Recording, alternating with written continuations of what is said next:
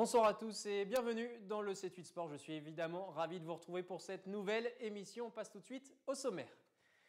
Pour sa première saison en Pro A, Elancourt est l'équipe surprise du championnat. 5e après 4 journées, les joueuses de Franck Saulnier pourraient rapidement viser plus haut que le maintien. Page spéciale à suivre. Avec la réception d'Aubervilliers, 2e du championnat de National 2 de handball, Montigny avait l'occasion de se hisser sur le podium et d'enchaîner pour la première fois depuis le début de saison une 2e victoire consécutive. Pour le compte du 3e tour de la Coupe Gambardella, l'équivalent de la Coupe de France. Pour les U19, Trappes recevait Boulogne-Billancourt ce dimanche, mais les joueurs de la CBB ont fait respecter la hiérarchie. Et évidemment, en fin d'émission, l'essentiel des résultats du week-end. Mais tout d'abord, place à notre page spéciale tennis de table.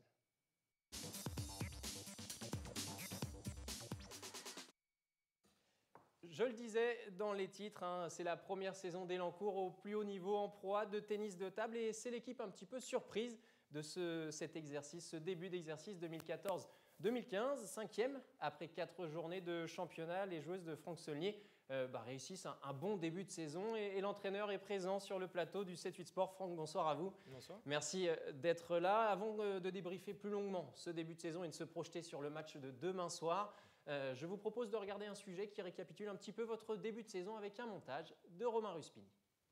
Le but est d'essayer d'aller chercher des matchs nuls ou d'avoir au moins de ne pas regretter de passer à côté de quelque chose.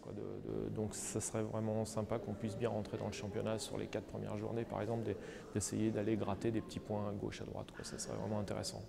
Franck Saulnier, l'entraîneur d'Elancourt, ne croyait pas si bien dire avant le début de la saison. Après avoir effleuré l'exploit chez le vice-champion d'Europe, l'Islanois, en ouverture du championnat, Elancourt a croqué le Kremlin-Bicêtre à la maison et a ramené le match nul de Quimper.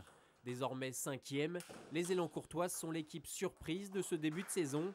Pour leur toute première expérience en Pro A, elles posent des problèmes au poids lourd du championnat, une réussite qui trouve peut-être sa cause à l'extérieur de la table.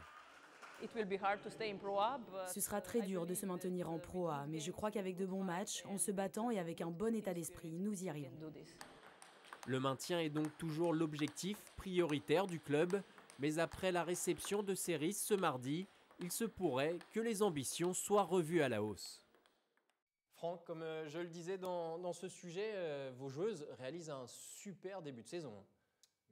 Oui, pour l'instant, ça se passe plutôt pas mal. En fin de compte, on a réussi à pas faire ce qu'on voulait, parce qu'il y a quand même des petites choses à voir, mais au moins on n'a pas pris de retard sur les équipes qui sont derrière nous, ou qui pourraient nous embêter pour essayer d'aller chercher l'objectif du maintien. On voit d'ailleurs le classement qui s'affiche, un 5e après 4 journées. Vous auriez signé il y a 2 mois si on vous avait dit vous seriez 5e, vous serez 5e dans 4 journées, et surtout vous aurez accroché le Kremlin-Bicêtre à domicile. Oui, alors ça, pour nous, c'était quand même quelque chose d'incroyable parce que le Kremlin, ça reste quand même en tennis de table féminin un club assez historique, parce qu'il a déjà été champion de France 2013, notamment vice-champion de France l'année dernière, donc ça reste quand même une grosse équipe du championnat. Oui, on a fait un très bon match sur le Kremlin, ça s'est très bien passé. Il faut juste signaler qu'il leur manquait quand même une joueuse. Voilà, faut rester. Mais c'est toujours une victoire à prendre. Tout à fait. Et puis c'était notre premier match à domicile, donc c'était quand même assez important de voir un peu comment on allait se comporter sur un premier match à domicile.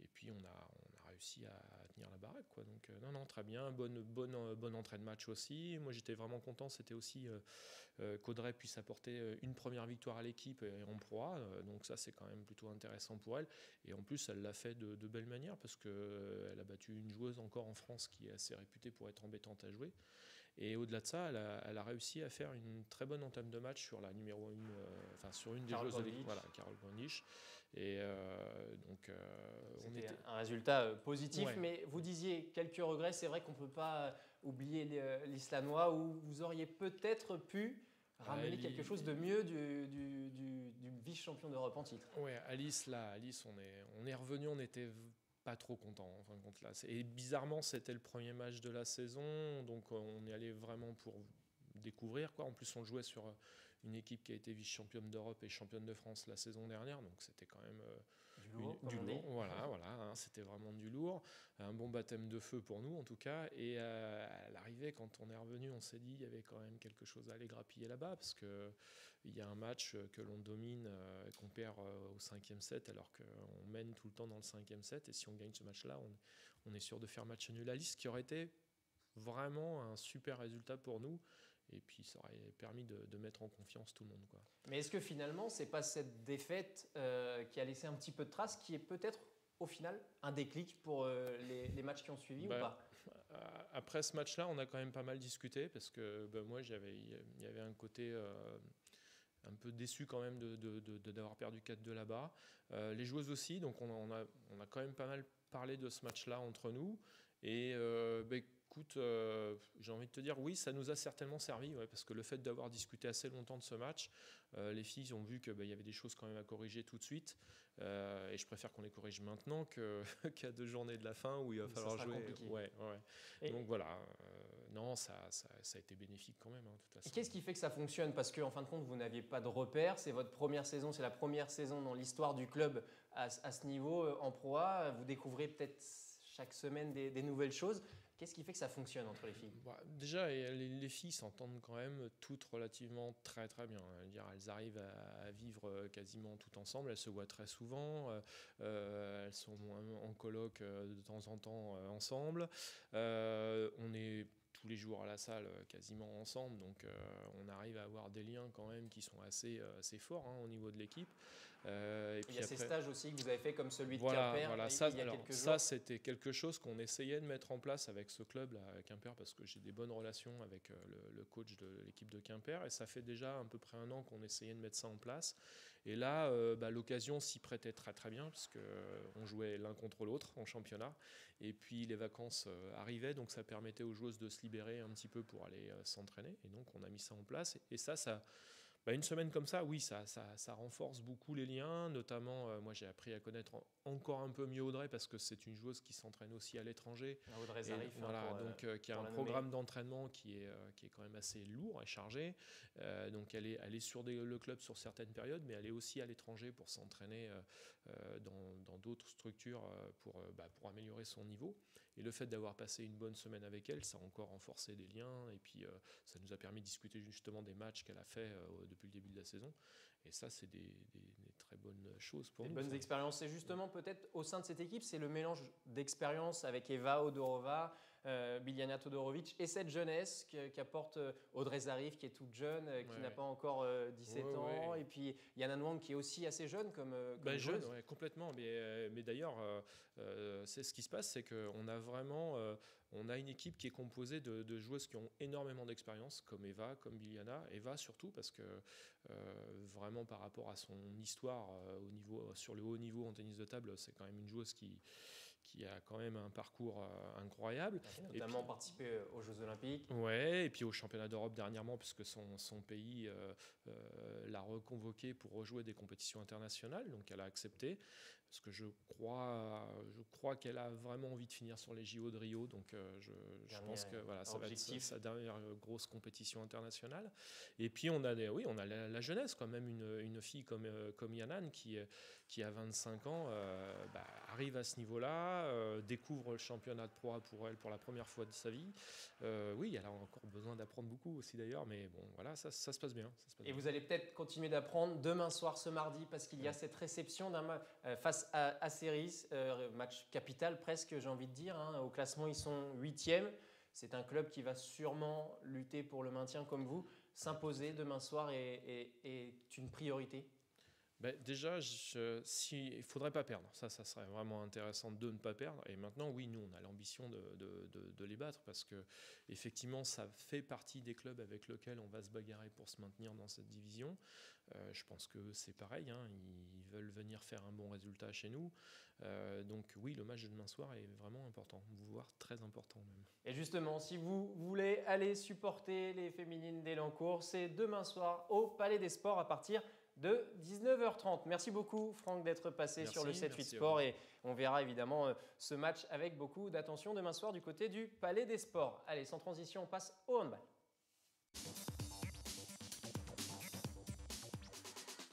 Avec la réception d'Aubervilliers, je le disais dans les titres, deuxième du championnat de National 2, Montigny avait l'occasion de se hisser sur le podium et d'enchaîner surtout pour la première fois depuis le début de la saison avec une deuxième victoire consécutive à l'arrivée, contrat rempli, avec des images de Florent Parfait.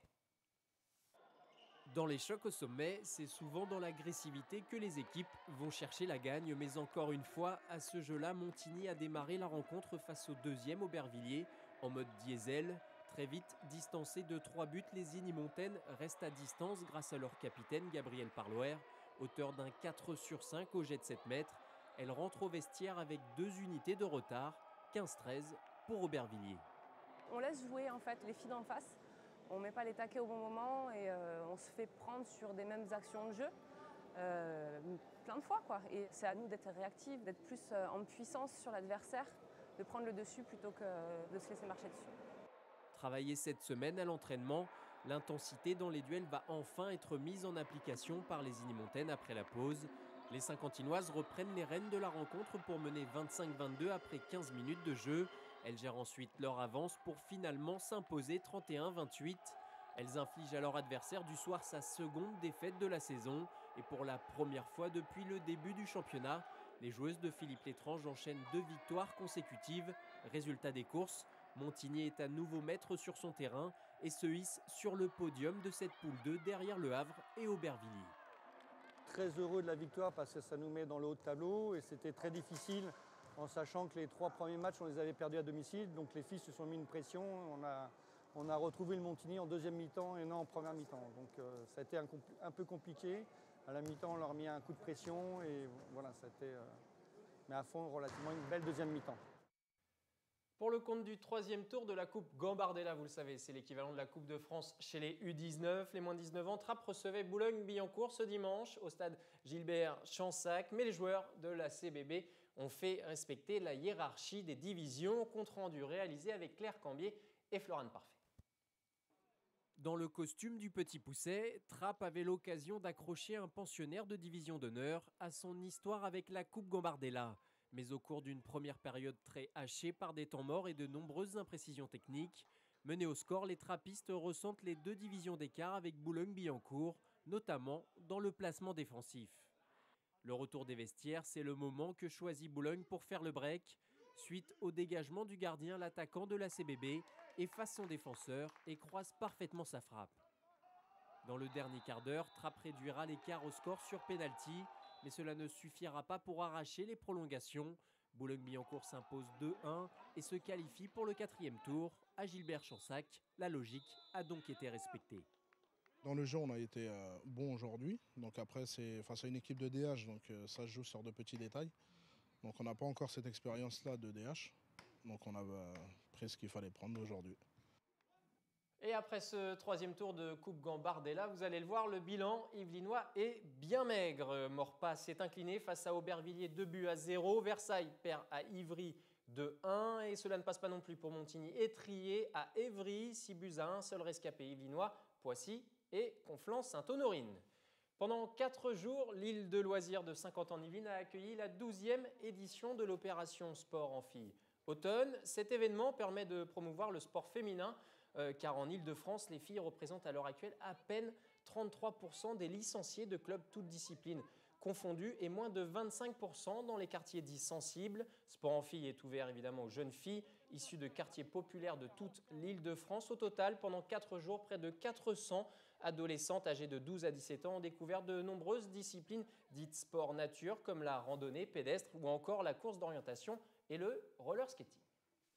Reprendre goût à l'activité, à la motricité, par la rencontre aussi de liens sociaux, parce qu'on compte aussi beaucoup sur la rencontre entre les structures, entre les jeunes filles qui ne sont pas toujours à même justement de se rencontrer les unes avec les autres. Et puis par derrière, effectivement, de pouvoir avoir une pratique régulière encadrée. Effectivement, aujourd'hui, nous avons nos professionnels qui sont envoyés par les ligues et comités régionaux de l'Île-de-France et qui sont là pour justement leur faire découvrir le sport, donner leur passion et puis effectivement les inciter à reprendre une pratique régulière pour leur futur et surtout leur adolescence. Allez, on passe au journal des résultats du week-end. Et en football, ce week-end avait lieu le 6e tour de la Coupe de France et il restait 2 clubs yvelinois encore en lice, mais malheureusement, aucun n'a survécu. Conflans s'incline face à la CFA2 de Noisy-le-Sec 1-0 et de son côté, Chatou n'a rien pu faire face à Champigny, pensionnaire de DSR, au revers 3-0.